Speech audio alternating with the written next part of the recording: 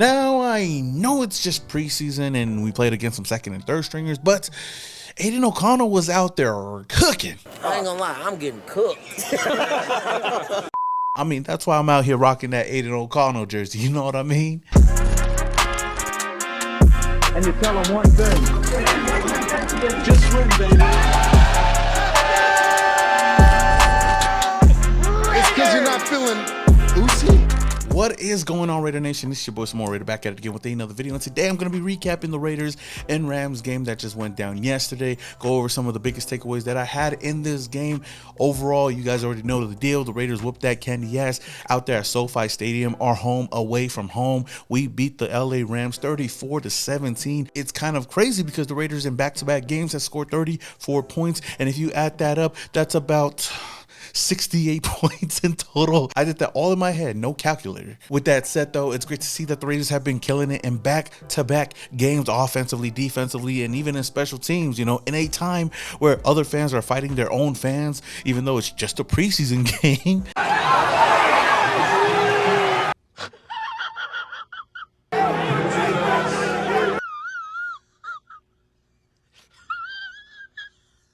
Us Raider fans ain't too worried about it because we still out there whooping some candy ass. But before I do get started with this video, one thing I want to bring up was something that I seen in the pregame was most of these players wearing that 9th Island t-shirt. At first I was like, yo, that's a really dope t-shirt. But to also see that the t-shirts that the players were wearing is a way of helping the people that were affected in the fires in Maui. The Raiders actually dropped it today, or yes, I don't know when they actually dropped it, but it's on the Raider image store. So if you guys are trying to rock that, go and tap in. All of the proceeds from this t-shirt will go to the Hawaiian Community Foundation, Maui Strong Fund. So not only are you going to be rocking some dope gear, you're also going to be helping the people back in the 808. As you guys may already know, we're here in the 9th Island, so what better way to support than to go out there and cop a t-shirt. I'll drop the link down in the description below. With that being said, let's get on with the video. Now, first things first, let's talk about Jimmy G. You know, Vinny B dropped some big news not too long before the game that the Raiders are planning to have Jimmy G go out there and make his Raiders debut, and I was hyped up, mainly because, you know, we've been hearing a lot of hype in training camp and the joint practices, and I've told you guys before that, you know, as great as he's been looking and as great as we've been hearing how he's been looking, you know, I'm not really gonna judge it until I see him out there in action with some pressure on him. And he went out there, I know it was only for one drive, but Jimmy G looked in command of this offense. The offense looked great. He was flowing and he was poised in the pocket. There was even some pressure on him and he was able to get the ball out of his hands, find his receiver, drive down the field, and we were able to go down the field and score on the very first drive. Jimmy Garoppolo was perfect on that drive, going 4 for 4 for 39 yards, and Brandon Bolden punched it in for a touchdown to put the Raiders up 7-0 early on. Honestly, I just love the fact that we were able to see him out there in some type of rep. I don't know if the Raiders are going to have him for the next game, but at least we got to see something. But to also hear what Jimmy G had to say about this game, you know, after the game in his presser, you know, it really got me hyped up because, you know, Jimmy G, as good as he looked out there today, he knows that there's still some work to be done. One thing I love about this offense, man, is you're always learning. Even when you think you got it perfect, you never do. It's always another step that you could take, and you know there's levels to this thing. And Josh obviously has been in this for a long time. He knows it inside and out, and he's just trying to share that knowledge with us right now. And it's pretty cool. Getting in the rhythm with the guys, feeling them in the huddle so they could hear me, feel me a little bit, the pregame stuff in the locker room. I mean, it's all those little things that really they add up throughout the year, and it was good to just get in that rhythm. Now moving on to the next quarterback in line that we didn't get to see last week play was Brian Hoyer. He actually got significant time in this game. He played mainly the whole first half other than that first drive, and man, oh man, he had a lackluster showing. You know, he had some downs and he kind of picked it up right before the half, but for the most part, he didn't really look too good out there. And after a couple of drives, I was like, you know what, I'm already done watching. I've seen enough from Brian Hoyer. You know, I wanted to see Aidan O'Connell, and a lot of other Raider fans were ready to see Aidan O'Connell go out there and light shit up. But we had to sit and wait and watch Brian Hoyer go out there, throw a pick 6, which was a horrible throw. He also had a couple of overthrows, but I would say that he could have had a touchdown if Cam Sims was able to come down with the one that he had in the end zone. he wasn't. So I'm not going to blame that on Brian Hoyer, but his stat line for the whole first half, he only completed 12 passes out of 22 for 144 yards, had a pick 6, and like I said before, Cam Sims had a drop touchdown. I know I wasn't the only one tired of seeing Brian Hoyer go out there drive after drive after drive, because I felt like when he was in there, it gave the Rams some type of life. They were able to come back. We were up 10-0 at the time, and somehow the Rams caught a little bit of life and were able to go out there and tie the ball game up 10 apiece. I even joked about it a little bit, like, you know what, Brian Hoyer, go grab that clipboard, because I feel like that's the main reason why you're here. I don't think we're expecting him to go out there and take over. If anything was happening to Jimmy G, you know, knock on wood, I feel like his primary reason for being here is the fact that he knows his playbook the most out of all of these quarterbacks, and he could be that veteran leader for a guy like Aidan O'Connell that wants to learn the system. You have a quarterback like Brian Hoyer that knows the ins and outs. Now, I'm not going to go off on him too much, you know, just after this one game, but hopefully if he does play in the next game, we see a little bit of a better showing by Brian Hoyer, because it just wasn't given today, you know what I mean? But the guy that we all were waiting for to watch out there since Jimmy G went to the bench was Aidan O'Connell, and we finally got to see him in the second half, I believe so, and man, oh man, he did not disappoint at all. I mean, other than the first throw that he missed Trey Tucker on a huge play. I think he underthrew him, which could have been a big play or even a touchdown play, but he made up for that real quick, going out there slanging the rock, looking poised in the pocket. I love seeing him move around in the pocket, keeping his eyes down the field. That's one thing that I love seeing. He wasn't nervous when the pressure was getting to him. He even took some big hits before he threw the ball and made some completions out there. So, you know, overall, you know, outside of just me, I know a lot of people were out there wondering how Aidan O'Connell was going to look against the Rams in this game, because we've seen how great he looked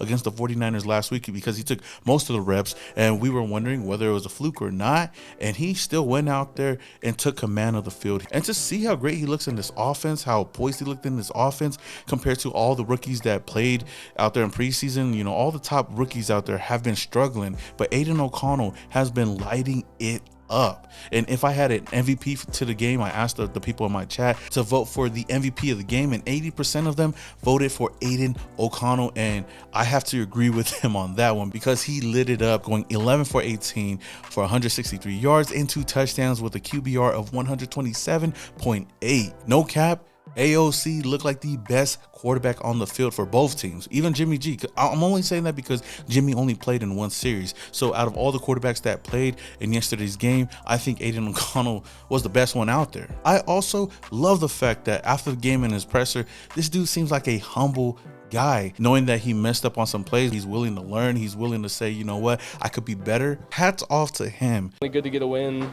but again, I just, you know, your brain goes to the ones that you messed up. So I know I left a bunch of plays out there on the field that are a little frustrating, but you can just learn from the film and try to get better. The guys around me have really made me look good and really done a great job when the ball is in their hand. I'm just trying my best to do my job, and like I said, I know I got a lot more work to do. Not trying to be a broken record, but just, you know, my brain goes to the ones that I messed up. My brain goes to the plays that I want back, and you know, I think when the season comes, the windows are going to get tighter and the opportunities are going to be less, and so the ones you don't capitalize on, you kind of simmer over and think about, and you know, just try to correct as best you can. So it's been a good start, but again, there's a lot of plays still to be made. I know I put out this tweet yesterday. I know I'm not trying to get ahead of myself, but I feel like we don't even have to worry about the draft class next year. I know there's a lot of Raider fans out there wondering if the Raiders should tank for a guy like, you know, Drake May or even Caleb Williams, but I don't think we have to do that at all. We have a future with Aidan O'Connell, and I'm not expecting him to go out there and play in any of the games this year, but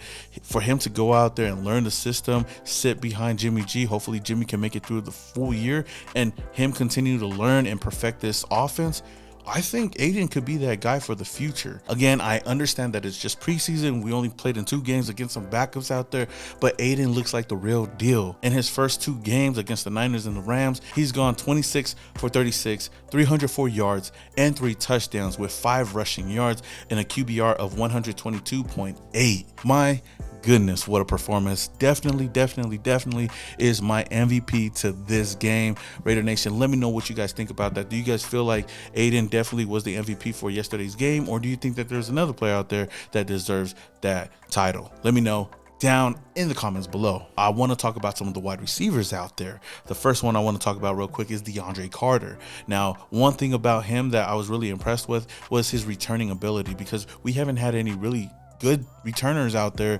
since Jacoby Ford, and I know we've been trying to use Hunter Renfrow for the past couple of years.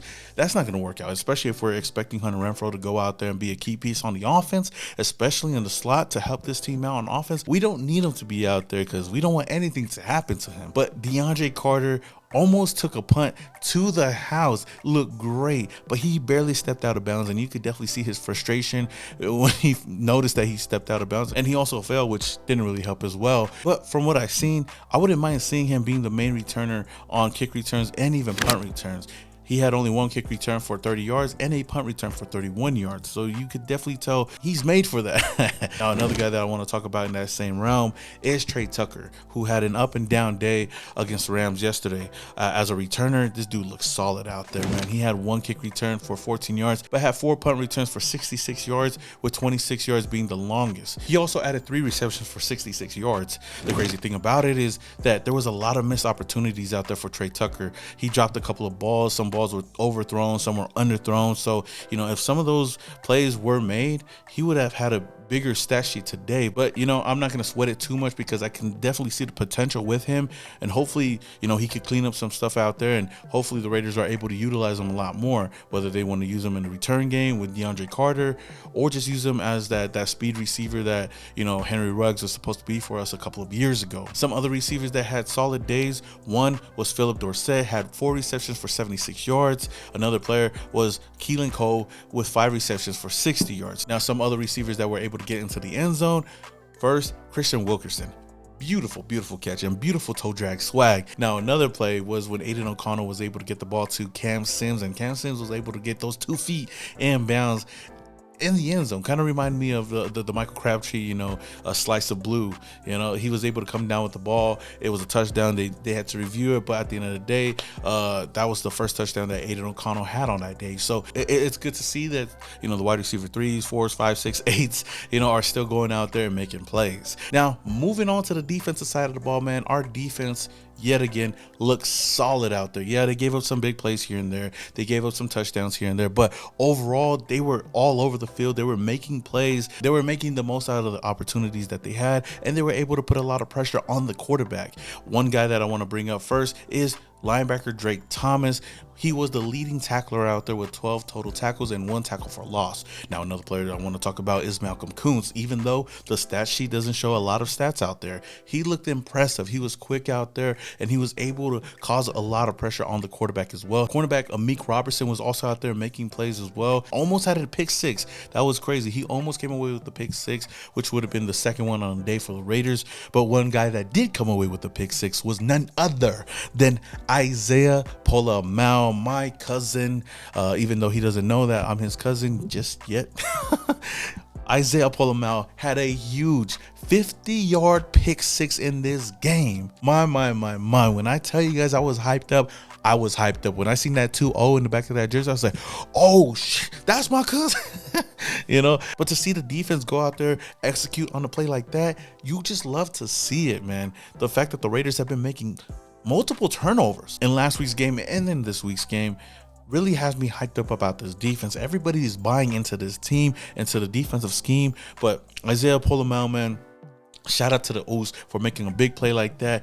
Definitely deserves the my neck and my back play of the game, man. I just really hope that he can make the final 53, because he's one player that I'm expecting to make that jump this year. Now, one more guy I do want to bring up on the defensive side that deserves a shout out is David Agoha, the player that we got from overseas. He had his very first career sack here in the silver and black, and like I said, man, he's a guy that I've been rooting for, and to see him go out there and do that, man, I was really happy to see that. Also got to give a huge shout out to our head coach Josh McDaniels for also bringing that up in his presser, because his presser was about to be over, and he was like, nobody's gonna ask about David Agoha, and he talks and gives some praise to him out there for making that play. What about David? No David Agoha questions, huh?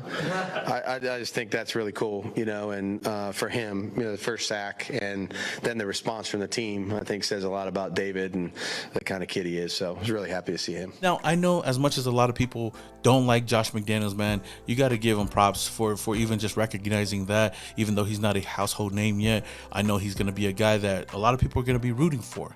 And Josh McDaniels right now is probably the greatest preseason coach so far, because the Raiders are now 6-0. I just hope that translates over to the regular season, because we're definitely going to need a lot of wins this year, especially if we want to go into the playoffs. Overall, I'm just really impressed with how this team looked against the Rams. They dominated on all fronts out there. And I'm not just saying that just to say that. Just look at the scoreboard. Look at the scoreboards from this year's preseason so far to last season's. It was a totally different story compared to this year. We just looked dominant out there. You watch this team, we looked dominant. It never felt like we were going to lose any of these games, to be honest with you guys.